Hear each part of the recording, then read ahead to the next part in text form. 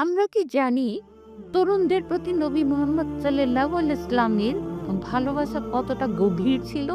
তিনি ছিলেন এমন এক আদর্শ যিনি তরুণদের শুধু ভালোবাসতেন না, তাদের গড়ে তুলতেন ভবিষ্যতে নেতা হিসেবে।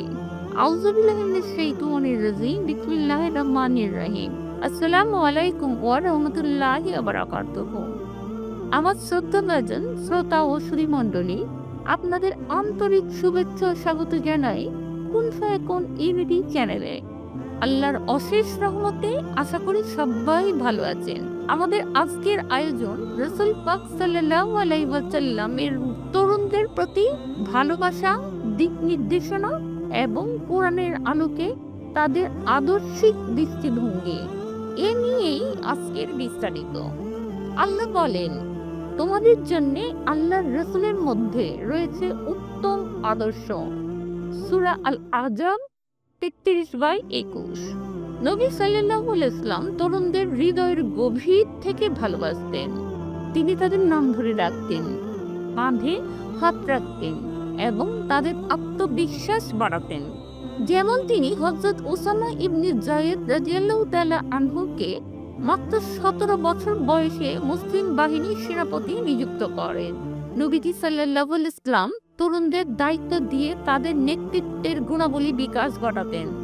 নবীজি সাল্লাল্লাহু আলাইহি ওয়াসাল্লাম তরুণদের নেতৃত্বে এগিয়ে আনতেন, কারণ আল কুরআন তাদেরকে বিশ্বাসী দৃঢ় যুবক হিসেবে প্রশংসা করেছে। তারা ছিল কয়েকজন তরুণ, তারা তাদের প্রতিপালকের প্রতি ঈমান এনেছিল।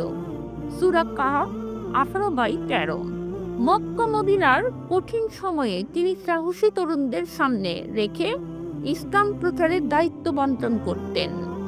যেমন আলী রাদিয়াল্লাহু তাআলা আনহুকে হিজরতের রাতে নিজের বিছানায় শুতে বলেছিলেন, যা ছিল উচ্চমানের আস্থা ও নেতৃত্ব দক্ষতার পরীক্ষা। মাত্র 18-19 বছরের তরুণ ওসামা ইবনে যায়েদ রাদিয়াল্লাহু তাআলা আনহুকে নবী সাল্লাল্লাহু আলাইহি ওয়াসাল্লাম সমগ্র সিরিয়ার সীমান্তবর্তী বৃহৎ বাহিনীর সেনাপতি নিযুক্ত করেন। যদিও বাহিনীতে ছিলেন বয়োজ্যেষ্ঠ সাহাবীরাও।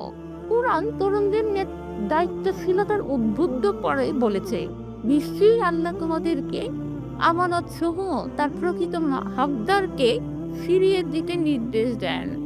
সূরা নিসা 4/58। এ আয়াতের বাস্তব প্রয়োগ নবীজি তরুণদের মাধ্যমে প্রতিষ্ঠা করেন। দাওয়াত, শিক্ষা ও প্রশাসনিক কাজেও তিনি তরুণদের যোগ্যতা অনুযায়ী দায়িত্ব প্রদান করতেন। যেমন মুসআব ইবনে উমাইর রাদিয়াল্লাহু তাআলা আনহুকে মদিনার প্রথম দাওয়াতি প্রতিনিধি হিসেবে পাঠান, যিনি তখন বয়সে খুবই তরুণ ছিলেন। নবী সাল্লাল্লাহু আলাইহি ওয়াসাল্লাম বলতেন, তোমাদের মধ্যে উত্তম সে যে কোরআন শেখে এবং শিখায়। এর নির্দেশে তিনি আব্দুল্লাহ ইবনে আব্বাস রাদিয়াল্লাহু তাআলা আনহু এর মতো তরুণদের জ্ঞান চর্চা ও নেতৃত্বে এগিয়ে দেন। তরুণ শক্তিকে নেতৃত্বে প্রতিষ্ঠিত করার এই নীতি ইসলামী সমাজে এক স্থায়ী উদাহরণ হয়ে থাকে, যেখানে দায়িত্ব, আস্থা ও নৈতিক দৃঢ়তা মিলেই নেতৃত্ব গড়ে ওঠে। হযরত মুআয ইবনে জাবাল রাদিয়াল্লাহু তাআলা আনহুকে ইয়েমেনের গভর্নর বানানো হয় মাত্র 18 বছর বয়সে। তিনি তরুণদের কোরআন শিক্ষা, চরিত্র গঠন ও আত্মশুদ্ধির দিক নির্দেশনা দিতেন। হাদিসে এসেছে, 7 শ্রেণীর মানুষ কিয়ামতের দিন আল্লাহর আরশের ছায়ায় থাকবে। তাদের মধ্যে একজন হলো সেই তরুণ যে তার যৌবন আল্লাহর ইবাদতে কাটিয়েছে। বুখারী, মুসলিম। নবীজি সাল্লাল্লাহু আলাইহি ওয়াসাল্লাম তরুণদের মতামতকে গুরুত্ব দিতেন। বদর যুদ্ধের সময় হযরত আলী রাদিয়াল্লাহু তাআলা আনহু এর মতামত গ্রহণ করে তাকে গুরুত্বপূর্ণ দায়িত্ব দেন। তরুণদের আত্মবিশ্বাস ও বৃদ্ধি ও তাদের মতামতকে গুরুত্ব দেওয়া ছিল রাসূলুল্লাহ সাল্লাল্লাহু আলাইহি ওয়াসাল্লামের গুরুত্বপূর্ণ নেতৃত্ব গুণ। বদর যুদ্ধের প্রস্তুতিকালে নবীজি সাল্লাল্লাহু আলাইহি ওয়াসাল্লাম তরুণ কাফিরদের মতামত গুরুত্বের সাথে শুনতেন, যার মধ্যে হযরত আলী রাদিয়াল্লাহু তাআলা আনহু এর পরামর্শ গ্রহণযোগ্যতা পায়। হযরত আলী রাদিয়াল্লাহু তাআলা আনহুকে তিনি যুদ্ধের অন্যতম দায়িত্বপূর্ণ স্থান রক্ষা ও বিশেষ অভিযানের দায়িত্ব দিয়ে তার সক্ষমতার প্রতি আস্থা প্রদর্শন করেন। এতে বোঝা যায় তরুণদের যোগ্যতা ও দায়িত্ব পালনের ক্ষমতার প্রতি নবী সাল্লাল্লাহু আলাইহি ওয়াসাল্লামের দৃষ্টিভঙ্গি ছিল অত্যন্ত ইতিবাচক। কোরআন তরুণদের মূল ও দৃঢ় বিশ্বাসের শক্তি তুলে ধরে। যেমন আল্লাহ তাআলা বলেন, তারা তো কয়েকজন তরুণ যারা তাদের প্রভুর প্রতি ঈমান এনেছিল। সূরা আল-কাহফ 18/13। এই আয়াত তরুণদের ঈমান, দৃঢ়তা ও আল্লাহর উপর ভরসার মাধ্যমে সাফল্য অর্জনের বার্তা দেয়।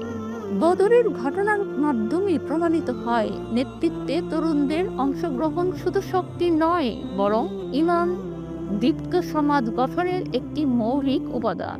তরুণদের প্রতি দয়া ও সহানুভূতি। একবার এক তরুণ নবীজির কাছে এসে জিজ্ঞেস করলেন, আমি ব্যভিচার করতে চাই। সবাই রেগে গেল। নবীজি সাল্লাল্লাহু আলাইহি ওয়াসাল্লাম শান্তভাবে তাকে বোঝালেন, তুমি কি চাও কেউ তোমার মা, বোন বা কন্যার সাথে এমন করুক?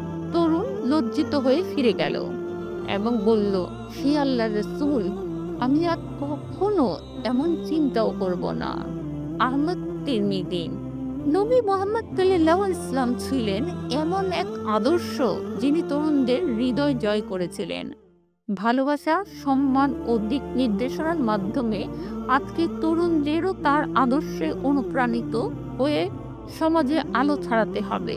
তার জীবনী আমাদের শেখায় তরুণরাই জাতির ভবিষ্যৎ, আর তাদের গড়ার দায়িত্ব আমাদের সবার। তরুণদের জন্য নবীজির ভালোবাসা আজকের প্রজন্মের জন্য এক আলোর দিশারি। আমিন।